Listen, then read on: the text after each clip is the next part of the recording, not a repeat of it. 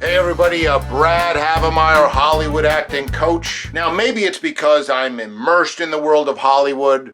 Maybe it's because I'm a respected member of the Hollywood community. I am constantly asked, what do you think about living in Malibu? What are the pros and cons of living in Malibu? So I figured I'd address that today in this episode. Now, of course, I personally have never lived in Malibu, and there is an issue that is still being resolved about my going into Malibu because of an unfortunate event at an open house a couple years back.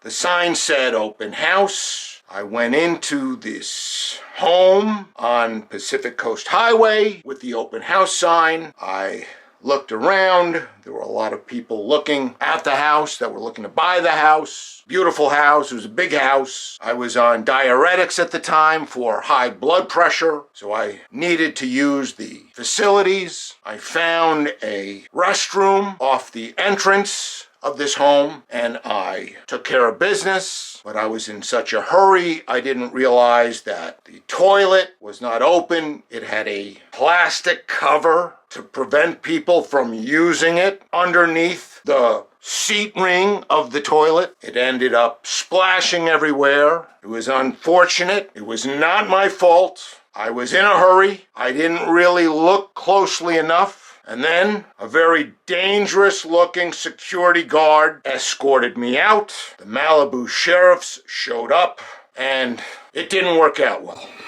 But anyway, Malibu is a very nice place. So the pros are that it's beautiful and you can look at the ocean and lots of fancy people are there. But there are a lot of cons. There's way more cons than pros of living in Malibu. First of all, these homes are usually far too large. You're lost. You go from the front door and it's like, where's the living room? It looks like a museum. You're going over to the living room and the kitchen is very far away. If you need to go to the refrigerator for something, you'll have to walk a quarter of a mile to get the refrigerator. It's very tiring. So that's a con. You don't want to come home from a hard day's work and have a house that's so large you get tired walking from the living room to the kitchen. Very bad. It's a con. Of course, another con is that they have these dangerous security personnel. They have sheriffs that don't understand the finer points of circumstances there. That's a con. They'll put up signs that say open house when they really don't mean open house. They mean for certain types of people you can go into this house, but other types stay away. That's a con. Of course, the